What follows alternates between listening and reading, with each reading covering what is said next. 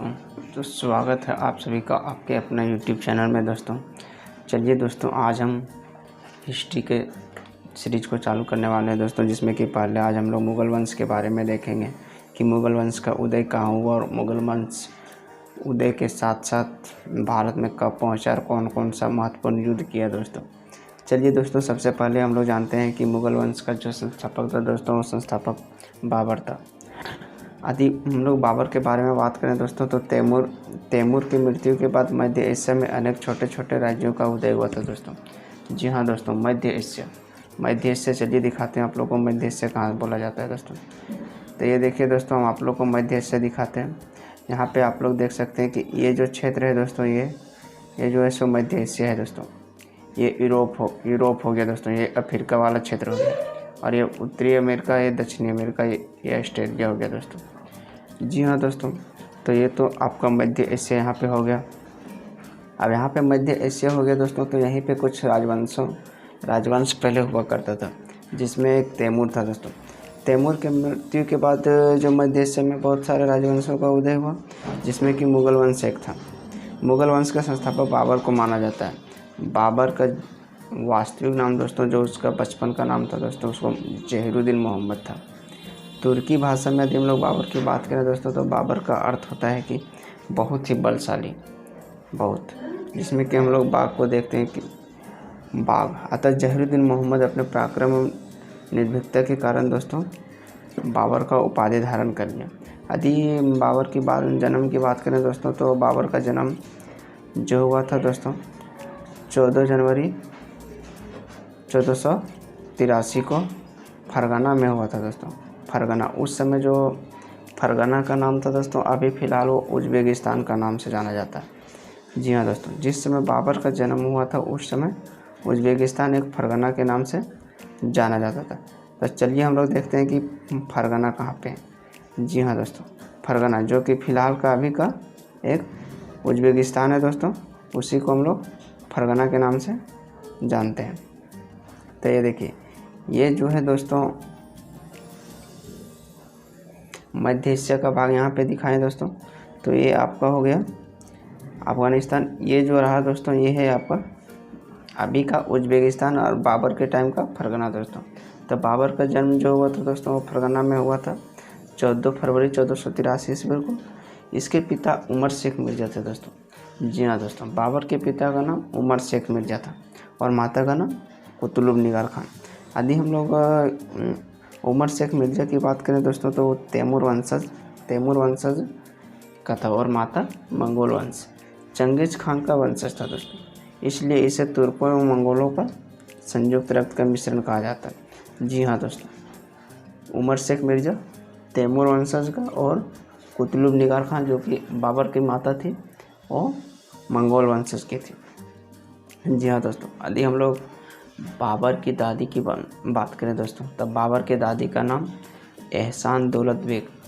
जी हाँ दोस्तों, बाबर के दादी का नाम एहसान दौलत बेग।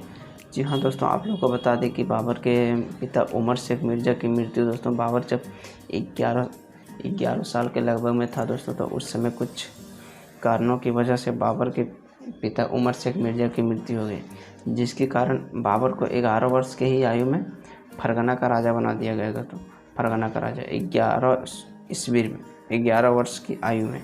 जी हाँ दोस्तों, उस टाइम कौन सा चल रहा था? 1494।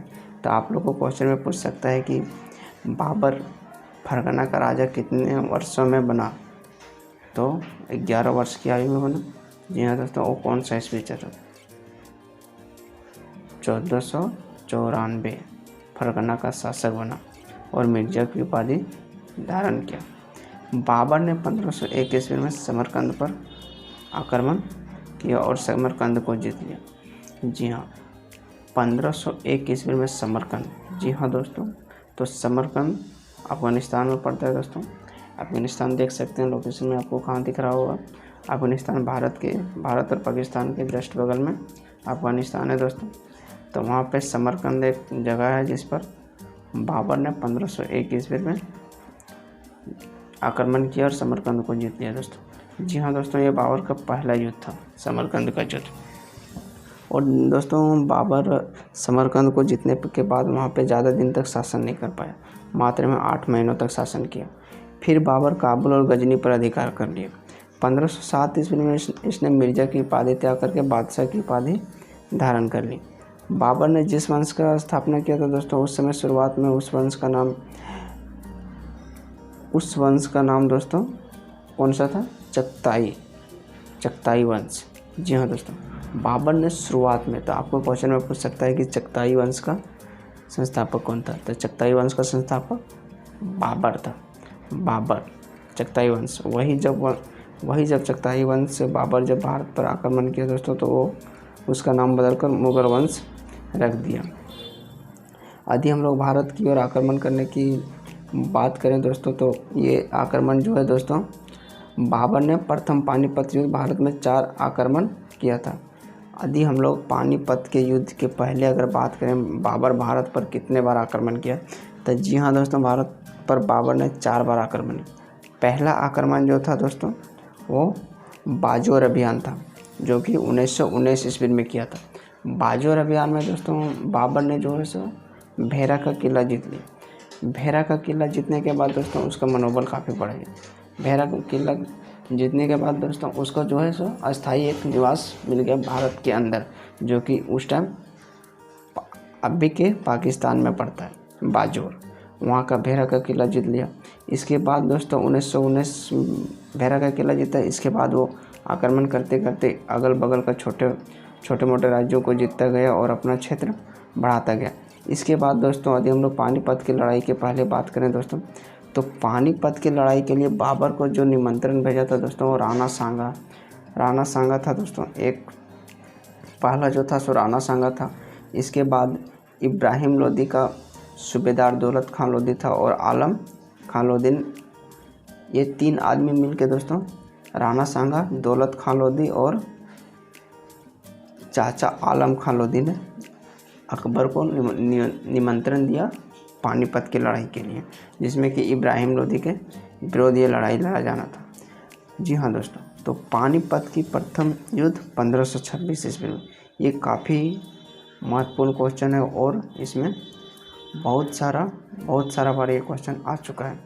तो पानीपत का प्रथम युद्ध 1526 ईस्वी में हुआ था दोस्तों। पानीपत का प्रथम युद्ध 1526 ईस्वी, जिसमें दोस्तों आप लोगों को बता दें कि इसमें बाबर के द्वारा जो युद्ध नीति अपनाया गया था दोस्तों, वो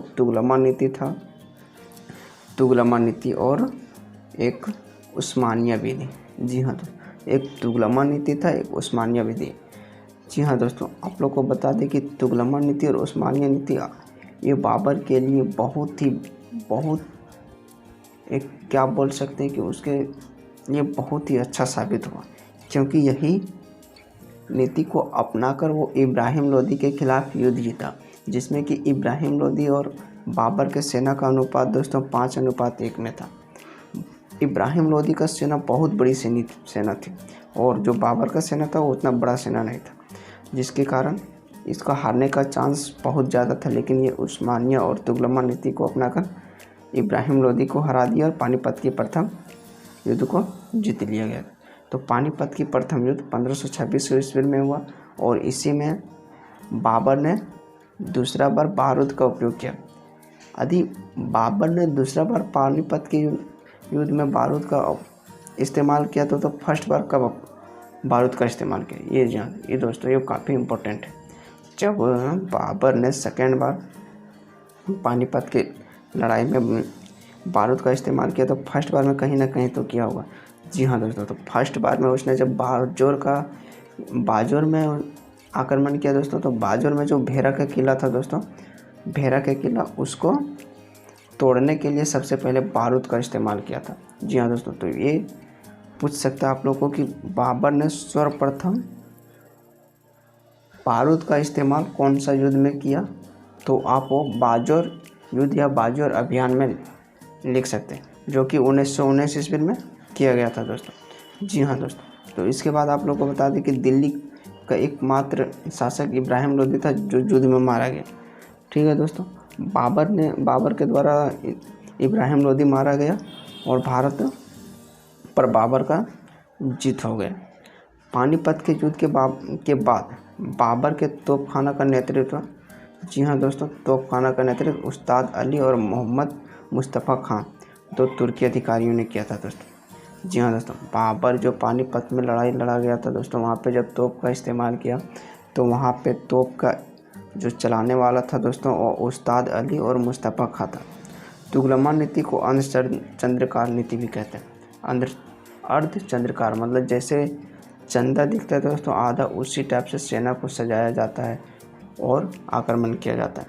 तो इसमें आप लोग को इम्पोर्टेंट क्वेश्चन बन सकता है कि जब पानीपत का लड़ाई हो रहा था तो उस समय बाबर की तरफ से तोप खाने का जो संचालक था वो कौन था, तो उसमें आप लोग लिख सकते हैं कि उस्ताद अली और मुस्तफ़ा खां। जी हाँ दोस्तों, ये रहा पानीपत की लड़ाई दोस्तों। यदि हम लोग टोटल लड़ाई की बात करें तो पानीपत की लड़ाई से पहले दोस्तों बाबर भारत पर 5 बार आक्रमण कर चुका था, जिसमें कि पहला तो बता दिए बाजोर, जो कि कुछ इम्पोर्टेंट है, जिसको 1519 ईस्वी में किया गया था, जिसमें बाबर ने बेहरा का किला जीता, और 4 आक्रमण छोटे मोटे राज्यों को जीतकर थोड़ा अपना क्षेत्र विस्तार किया। इसके बाद का जो उसका आक्रमण था दोस्तों 1526 ईस्वी में पानीपत का प्रथम लड़ाई। ये लड़ाई के बाद मुग़ल का पैर भारत में एक बेस्ट तरीक़ा से बोल सकते हैं कि जमा हो गया, जिसके कारण बाबर अब भारत में रहने का निर्णय कर लिया। जी हाँ दोस्तों, और यदि हम लोग बात करें कि 1526 ईस्वी में पानीपत की लड़ाई किसके किसके बीच में हुआ, तो बाबर और इब्राहिम लोदी, जिसमें जीत किसका हुआ, बाबर, और हारा कौन, इब्राहिम लोदी, और मारा कौन गया, इब्राहिम लोदी। जी हाँ दोस्तों, ये रहा आज की महत्वपूर्ण। अगले दूसरे वीडियो में हम लोग जानेंगे कि बाबर कौन कौन सा महत्वपूर्ण लड़ाई लड़ा और उसको कब कब भारत में लड़ाई लड़ा और भारत में अपना कितना दूर तक वो क्षेत्र विस्तार कर पाया।